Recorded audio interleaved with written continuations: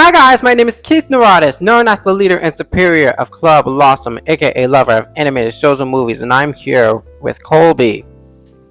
Like I'm the man behind the spotter. Sam, aka Simpy. Is that Freddy Fazbear? Movie Blaze. What's up? It's a pleasure to be here. And of course, Colleen, the creator of Oakwood Hollow. Is that the Freddy from 7? Oh, so first, yeah. Oh, so first. Guys, I've been on such a Five Nights at Freddy's kick lately. It's not even funny. Oh. I was in the fandom when I was 7 years old. Oh my god. So I remember watching Markiplier play the first FNAF game in 2014. Oh my gosh! Wow. Literally 9 years. FNAF is it's nearing its 10-year anniversary now. Yeah, like when did it came out? I forgot. We had the movie last year. Yeah, my little brother and I watched the movie, and it was okay. So first things first, how are we doing this lovely Saturday afternoon? Doing great. I'm feeling pretty good Doing today. awesome. Oh my gosh! And by the I'm way, freaking hyped for Murder Drones. oh, I forgot about that. Like yesterday, they just finally announced episode 7. I need to play catch up then. I've only seen 2 episodes. Movie Bays, you like Murder Drones too? Yeah. Yeah, I Yeah. do. I've seen the first 2 episodes. They're really good. Really interesting. Do you like N? Yeah. I like the main characters. Yeah, N was the highlight to me for Murder Jones. Seriously, and like really this much of a likable character. I like V. See, even the crowd agrees with me. The crowd was literally cheering the moment I mentioned N. His hair dude. You can Yes. just project a picture of the letter N on a big screen and all the Murder Drone fans will cheer. Yeah, exactly. Love that. Oh, and by the way, Blaze, thank you again for inviting me to your broadcast that you've uploaded not long ago. Oh, no problem. Anytime. Plus, is I there any... actually saw that on YouTube a little bit ago. I'm planning on watching it after we're done here. Okay. Awesome. Thank you. I'm gonna leave a link to that right here, right now. Which I already have. Oh my goodness. But anywho, is there any chance that you may have watched the Oscars last week? Because I know me and Blaze and Colby have had this watch party last week. And we have watched the Oscars. Oh, yeah. It was something. You're gonna hate me for this, but I've never was seen the Oscars. I haven't either. We're both terrible. Like, haven't seen Academy at all, or was it like it's okay, but you know, like like I said, me and Blaze and Colby just watched it, and it was okay. Yeah, it was nothing too special. Still mad about Bobby though. Yeah, we were still upset the fact that Barbie didn't Barbie though did won one Oscar just for the song. We were just both rooting for the production and costume design, but Poor Things won. I should have watched Poor Things before the Oscar, but now I actually finally had the time to watch Poor Things, and it was an okay film. Like I did like the visual setup of the film, but still. Wait, didn't we just already have the announcement? And it was while I was editing for the Amazing Digital Circus topic, which was finally uploaded. There were some clips that I've shown that made the announcement of the full season being canon now. Did the second episode come out or is it still upcoming? Not in Digital Circus yet. I think it's still being made. It'll come out when it's ready. But they did release that announcement about the series officially being launched and all the ways we could support the show and stuff. Yeah, but they're saying that episode 2 will be out in May or something, but still. Can y'all believe the pilot reached their goal of 1 entire view? That's wild. That's I amazing. know. I finally wish my show can have like 1+ view, like 2 views. I would actually launch a full series. With that said, like I know it's March, but once I upload this, it has to be around April, since we know next month will be Autism Acceptance Month, and I can't wait. I can't wait for that month. Hey. And Finally. that's gonna be awesome.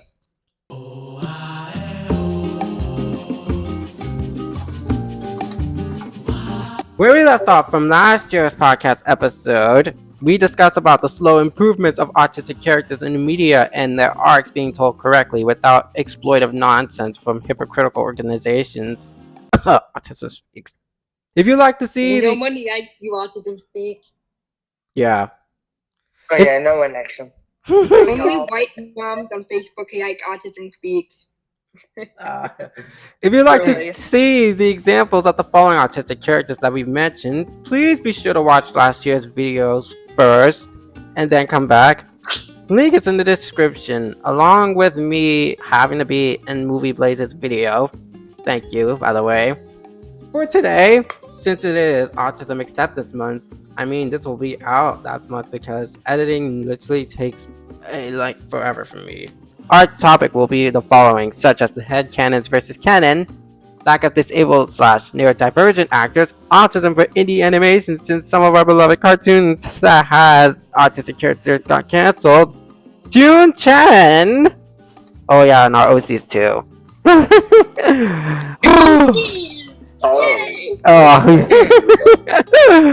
Oh, gee. You're not ready for this. I have so many autists. Yeah, virtually all of my OCs are some form of neurospicy. Another majority of my OCs have PTSD, so One has Wow. PTSD, Whoa. one has ADHD, one has anxiety. But how long have you had your OCs? Like when you started writing, like started fleshing out the characters when it comes to creating the shows? Just That curious was a question. pretty long time. When my OC started, they were just me's. And then I drew them on my computer, and years later and later, I gave them personalities. I made more characters. By scratch. First things first is the headcanon versus the canon. So what is your opinion on that? Usually, characters who are intentionally made to be autistic aren't really portrayed as well as autistic coded characters, which show symptoms but are never explicitly stated to be autistic. And that's a thing that brings the headcanons there, which is why the characters who are headcanon as autistic and never canonically confirmed are usually loved more by the fandoms. That's just something I've seen. Yeah, I can kind of see that. Like, I feel like more often than not, with a lot of autistic coded characters, it's never explicitly confirmed that that character is autistic. There's just like kind of subtle hints or nods to certain symptoms that autistic people like have, like an aversion to touch or loud noises or just like not understanding social cues sometimes. And the thing is, sometimes those traits are portrayed like kind of accurately depending on the person, but other times they're kind of exaggerated to a point that it just feels like a caricature, basically, if that makes sense. I mean, it's hard to say what is and isn't accurate when it comes to autistic people because, as it's named, it's a spectrum disorder. Everyone with autism is different. It's a spectrum, yeah. It's like their brain works differently, and we see that in so many various characters that we grew to love. And when we see that in those characters that we kin for, we headcanon them as like, oh, that person might be autistic, and though they may not be written as autistic, we see them as most likely the autistic characters. That's why we headcanon them. Yeah. Yeah, I can see that. Are there any characters that you guys like have in mind that have like exhibited like autistic coded traits that you can think of? Uzi Thurman from Murder Drones. Uzi is autistic. I can see that, yeah. Yes. She is never gets along with her fellow worker drones, and only really gets along with the murder drones. And N is really her only friend. which is like a lot of autistic people don't really have many friends from what I've seen, unfortunately, due to their social awkwardness or weird behaviors, which is kind of sad. And I do see N as having ADHD. For me, I think it started way back before when I created this LASM. Like, you know Marcy from Amphibia. Like, I've pinned Marcy so many times. Oh, Marcy is definitely autistic. Oh yes. Yeah, Oh, but thank 100%. goodness it was like confirmed. At first, she wasn't My as autism confirmed meter yet, but is thankfully they did confirm her as the autistic character of Amphibia. I would say SpongeBob is autistic for some. Yeah. I'd see Yeah. him more as having ADHD, but yeah, I guess. Oh, Another son. autistic character, Peridot from Steven Universe. Oh, definitely. Peridot is definitely autistic, for sure. Yeah, Oh, like I've been Sokka from rewatching Azumaka. Steven Universe, and I can most Yeah. likely see Peridot as that. Yeah. What's that summer camp series that they watch? Camp Pining Hearts? Camp Pining Hearts is definitely her special Yeah. interest. Yes, it's like me with the Murder Drones and Steven Universe back then. Someone can make a compilation video of me like, every time I mention Murder Drones. If I had the time and energy of doing so, I would. Like, Sam if talking I- about murder drones for 15 minutes straight. Yeah. What I've seen with a lot of autistic characters, I've seen their special interest is usually like a show, book series, manga or anime, whatever piece of media. Their special interest is a lot of times a piece of media. Yeah, I feel like that's true for a lot of autistic people in reality as well. I know it's true for me. If I see another autistic character whose special interest is trains, I'm going to flip out. Yeah. Slash Neg. Whoa. Shut up, Meg. Oh god. Like, I guess it was understandable when Arthur had that kid who really, really liked trains. But also, it was like, what year was that episode made? Like 90s? Probably early 2000s. Early 2000s, but I think I remember. I guess I can make an exception with Arthur since that was an older episode. Yeah. I think I know the name, but And also, it's basically a kid's show, so I guess it was being used, like, as an example back then. That wasn't as commonly seen, like, on TV, at least. Oh, you like Murder Drones too! oh, jeez. You see my VPS? Oh god. Gaze upon it. Oh my goodness. Hopefully V will make her That's return. gonna be a meme where I'm always like, gaze upon my VPS, you filthy mortals. Oh, jeez. I've seen a few people headcanoning, like, Hunter and Amity from Gravity Falls as being autistic. You mean our house? Most likely Hunter What did I say? Gravity think. Falls? You said, Yeah, yeah! you said Gravity Falls. Yeah, It's just a I meant the Owl House, yeah. Well, Dippler and Mabel are kind of autistic, while Mabel's more on the ADHD side. I would say Mabel. I'd say I have Mabel ADHD and Dipper autism. Yeah. Yeah. I think that's how I divide them. But yeah, they do kind of exhibit, like, some forms of, like, both, like autism and ADHD in, like, different ways, I think. I mean, who says you can't have both? Who says you can't have both? Oh, by the way, I know this is an autistic code, but just they are canonically autistic because I wanted to say this. Like I said last year, but I wanted to say it more and more now again because I highly recommend you guys to watch the Australian reboot of Heartbreak High. I know it's not animated, but QUINNI? Like, you couldn't even I'm look at me. autistic. Okay? Right. Yeah, I'm autistic. I have autism, whatever you want to say. No, but how did I not know this? I'm pretty good at masking, putting on a face, pretending most of the time. Yeah, but you don't... Like, you're not... Like, I've met autistic people, Okay. and you're, like, really emotionally intelligent. Yeah. And so I just thought... Okay, see ya. QUINNI is the highlight of that show. And I'm so happy that season 2 is going to be out next month. It really made me happy, the fact that an autistic actor is playing this autistic character. By the way, I'm not That's going. so cool. Yeah, I'm not going to spoil That's it, awesome. but just watch it. Just watch the reboot. The Heartbreak High reboot is literally on Netflix, and I'm just going to say that not only is an autistic actor, but she's an autistic YouTuber named Chloe Hayden. That's so QUINNI. cool. Yes, please. But you said the first episode was out, right? No, I mean, I said the full season of Heartbreak High has already been out on Netflix. I'm just saying the second season is okay. going to be out on next month, which is April 11th. So, Okay, cool. So we have time to catch up. yes, please now do. two canonically autistic That's characters. okay. Twyla from the Monster High reboot, for sure, is probably she's probably my favorite example of autistic characters, like in any media in recent memory that I have. I forgot about the headcanon ones that I forgot to mention. Literally all of the main 6 in My Little Pony Friendship is Magic. Oh, Yeah, I can see it. Right. Twilight also Yeah, I makes see that. sense. Twilight for sure. Yeah. Yeah.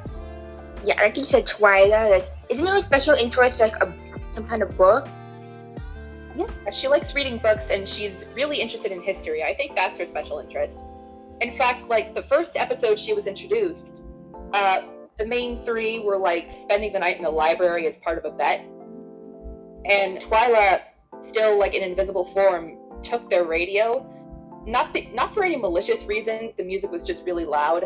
And literally the first sentence she said was, "I'm sorry, it was something like, I'm sorry, I'm autistic. Loud noises bother me." And Who literally said, "I'm autistic."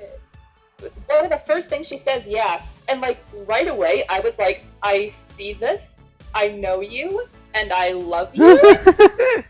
And then later on in the episode, like during the climax, when a bookworm was basically eating books and destroying the library, the crew at first like didn't want to leave her alone to deal with it, but she clearly stated like, I know some people need other people for support sometimes, but sometimes I need my friends to give me space. And they didn't try to press the issue or like argue about it. They were just like, okay, we understand. We'll let you do your thing. They weren't like offended. They understood. And I thought that was really cool. Agency of that. yeah, that's what it just shows how autistic representation should be written. Who cares if she's a ghost? She's autistic. She's autistic and she has a status of personhood. Yeah, and has she is a feelings person. too. Yeah. Oh, plus another thing that actually came to my mind when it comes to canonically autistic characters, when it comes to disabled neurodivergent people, there's a tweet I mentioned that they need to hire more autistic actors and not just need to stop having neurotypical people. I mean, there's nothing wrong with neurotypical people portraying the characters, but they just need more and more disabled and neurodivergent people playing the neurodivergent characters. So Oh, I agree. Like, of course anyone should be able to play anyone, but like, I feel like it matters so much exponentially more when other autistic and neurodivergent people see someone like them portraying someone like them on screen. And they're already disabled, so they wouldn't even have to act. It already comes with the package. yeah, but to me personally, I mean, it would be more positive, like if an actual autistic character and neurodivergent person portrays the character that is canonically neurodivergent and autistic. So, Totally. like, it makes sense that with the character being autistic, whether if it's like the main character or the side character, you have to like let the autistic actor. Like, there's so many autistic actors out here that can act well. Jobs from disabled people. Like, I once saw it with Heartbreak High, the Heartbreak High reboot, that they actually let an autistic actress play the autistic character, which was done well. Thank goodness. And I think if the actor is autistic, the acting will be more genuine. Yeah, it's an actual genuine. Exactly. Truly. Now, with that, it'll be even more of a bonus to see this autistic actress playing the character. Now we can see the viewer who is neurodivergent like see themselves in that character, and not just in the character, but in that actress as well. Yeah, they have that perspective and they have that experience being neurodivergent, so it feels more genuine. And it matters a lot more. Exactly. Oh, wait a second. Another example is this. Is that another? I think it's another autistic voice actor. Was it Sue? I think it's Sue Allen Penn or Sue Penn Allen, or Sue Allen. I think it was Sue Allen Penn. That she's also canonically autistic. That voiced CHEN from The Ghost of Molly Mcgee. Man. So I hate the fact that The Ghost of Molly Mcgee got canceled. Yeah, that sucks. Too early. Got canceled too early. Yeah, I mean, though it does had a great ending to a finale, we could have had a season 3 for The Ghost of Molly Mcgee, and we could have had more of CHEN.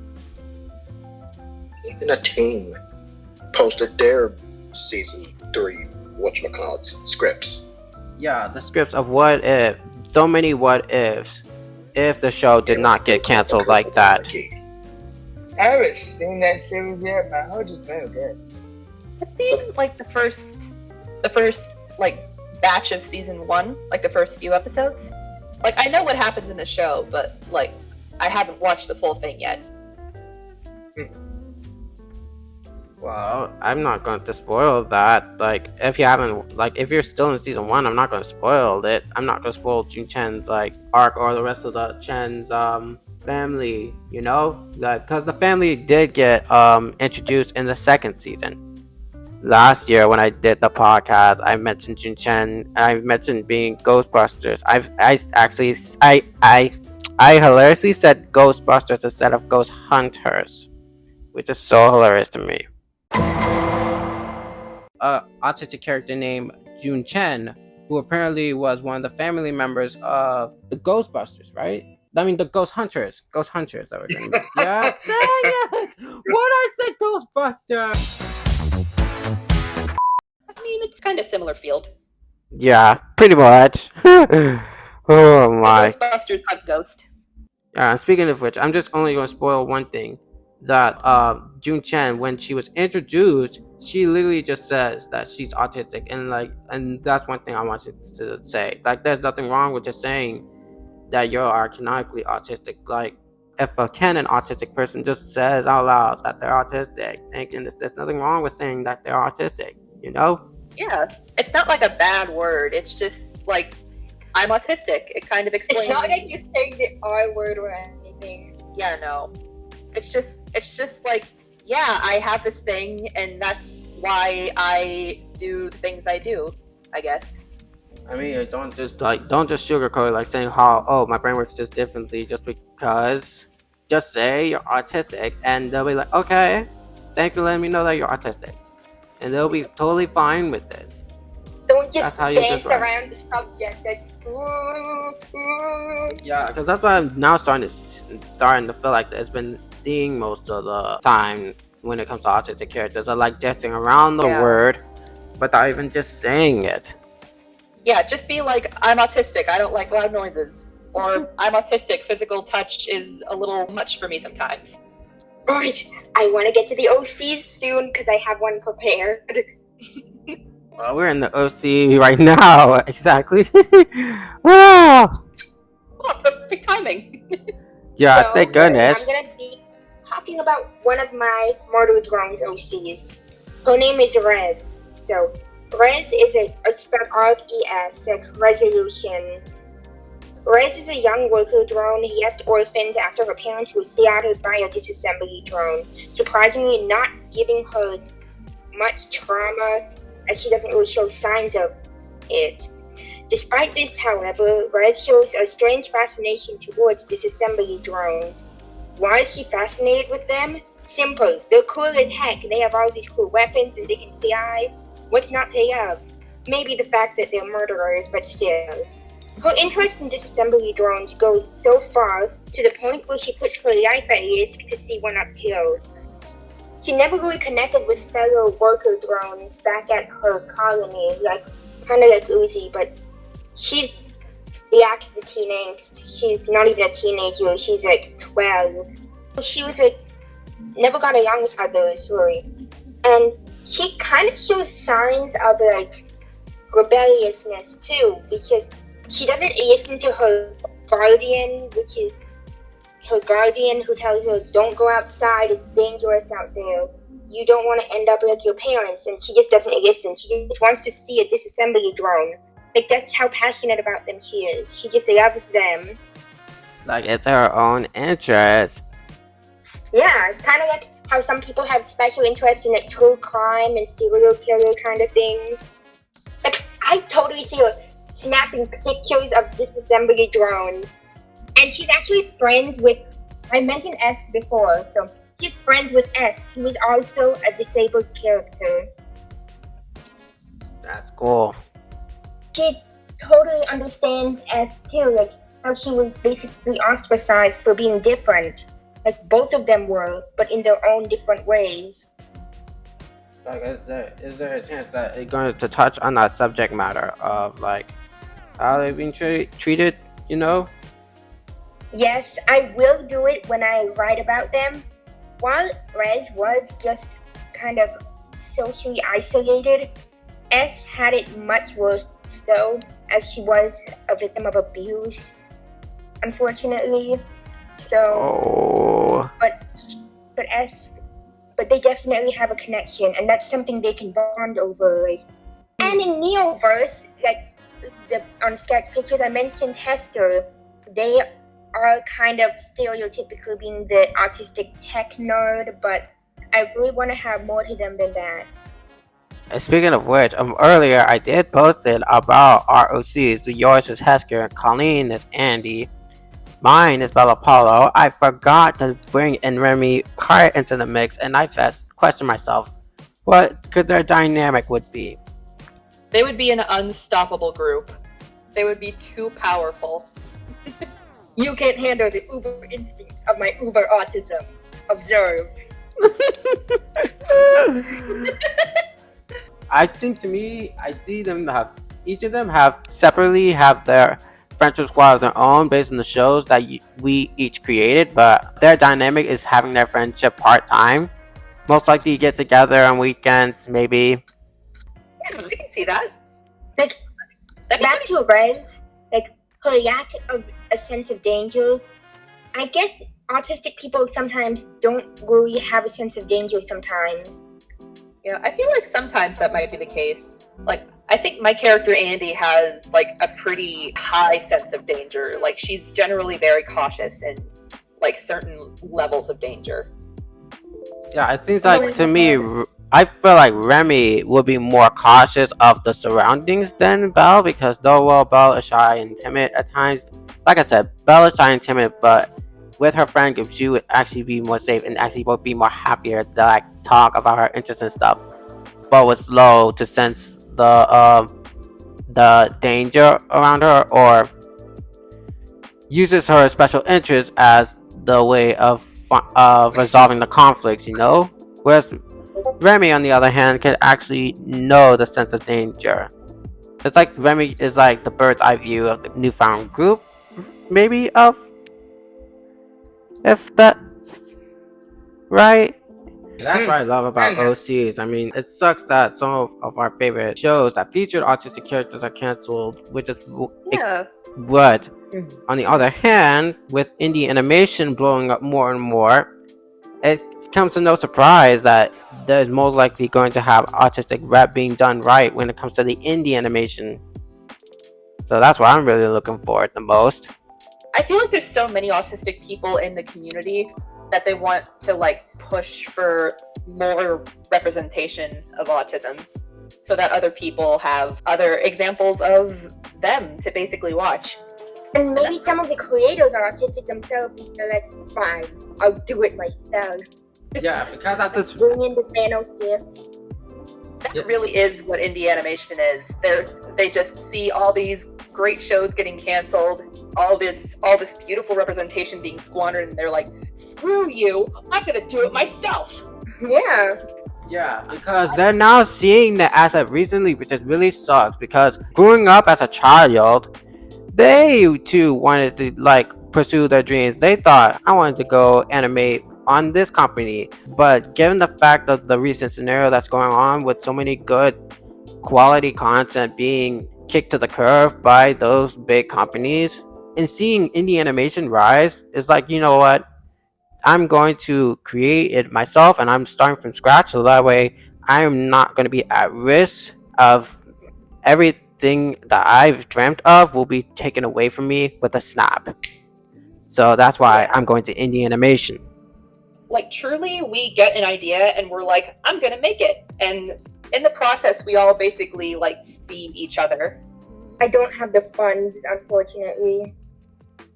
I don't know either. Like, yeah, it's gonna take time, but that doesn't mean we can't, like, work on it. Yeah, like I said, it has to start from somewhere, you know? I feel like indie animation would have the best representation out of everything overall. Yeah, because though there are some that are showed good representation in big companies, it seems like with indie animation, it's going to become bigger and better autistic rep. You know what I mean? And it feels a lot more personal. Because you get to write it yourself and don't have to have co-writers or companies saying, "Oh, you can't write that." Yeah, because they now more and more having creative freedom, and it's so much more quality of having such rep into the shows that you are creating. We have control over our own IP. We get to make the creative decisions. Yes. Like, if I had to be, like, in a company for my animation, for my Neoverse or whatever, I would choose Glitch Productions, since they're an indie animation company and they give their creators more freedom. That would be awesome. Yeah. Glitch, #Glitch, please hire me. Yeah. Please. Everyone comment #Glitch hire Simp here in the comments. #Glitch hire Sam. Oh god. But yeah, another thing is I feel like people have a lot more fun in terms of, like, indie animation. Like, writing their stories, making their characters. Like, I think I might have mentioned this before, but the character I probably have the most fun writing is Andy, and because of the fact that they have autism. So it's been fun, like, specifically exploring aspects of how she interacts with the world socially, like through relationships and friendships. Like, one thing about her is that she does not like people touching her unless she has some degree of closeness to them, and it can vary depending on the person that she's, like, interacting with and how close she is with that person. Like, writing autistic characters, like, when it comes to your indie shows, will be very, very spectacular, because if the autistic creator is in fact autistic, they now can see themselves in these characters, and now they want to show the world, when it comes to autistic rep, they can now see themselves in that character, which is going to be, I said, bigger and better for indie animation. Like, they can put their own autistic experiences into that character, and maybe other people can relate to them. I think that's one of, like, the most special parts about, like, having any character, basically, when you put aspects of yourself into that character and other people are like, oh wow, me too. I think that's awesome. And sometimes we creators with autism unconsciously create characters with autism sometimes. With that said, thank you all for being in today's awesome podcast. Jeez Louise. It's been a while since I've done this. Woo! And by the way, with last year's session, the last year's autistic session was literally the most viewed, and it was a shocker to me. So thank you all. Woo! Let's make the yikes double this year, guys. So come on, watch the video. Watch it. Yes, I beg you, please. We have to break the record. And last year's video was able to reach 300 plus views. Hopefully, this will come bigger and better. I'm gonna be in your closet or else tonight. I'll run out of excuses. Oh, jeez. If y'all don't watch the video, I'm gonna be in your closet tonight, and then I'm gonna crawl up in your ceiling, and then when you go to sleep, I'm gonna jump down, and I'm gonna get in your face, and I'm gonna scream at you. I will not stop screaming at you until you watch the video. This I woman, will first hope you watched every single Smurfs movies. if you don't subscribe, she's gonna kill you. She's gonna kill you. And if you watch Murder Drones, you know how we kill us.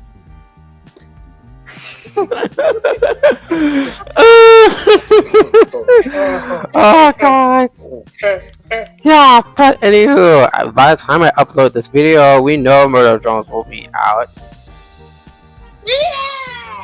Yeah, and I simply finally cannot wait for that episode. Cannot wait. With that being said, make sure to drop a like and subscribe. Click on the notification bell so that way you won't miss out on any more of the animation content with me and my friends. Oh, and by the way, don't forget to watch the first 3 episodes of LOS, which is LASM Official on Spotify, which is in Spotify. Link is in the description. Oh, with that said, I bid you peace. Bye! Bye. Say bye, everyone! That's all, folks. See you guys.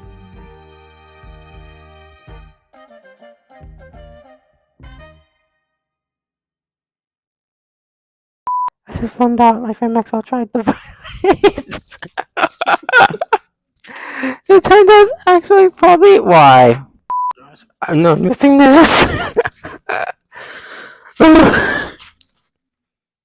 They wasted no time to just get right to the point and go right into darker territory. That's why I love murder drones. Yeah, I forgot. Yeah, I'm so happy for the episode 7 to be announced. What? Yeah, episode 7 was announced yesterday, I think. Was it? My possibly dead waifu. Oh, Unfortunately. I didn't think it would actually. Wait a second. Is my mic off? Oh, God, wow. I was about to mention Murder Drones episode 7 until I just realized my mic was off. Yeah, like I posted like earlier about the 3 characters. I forgot about Remy. How did I forget about Remy? Dang. I forgot there was 2 of my hosties that are artistic. Like I already posted one. I know there's one. I forgot to post another one. Jay. I love Jay. Yippee. Did you see the Jay PH? You can Google Murder Drones Jay PH. Stay still.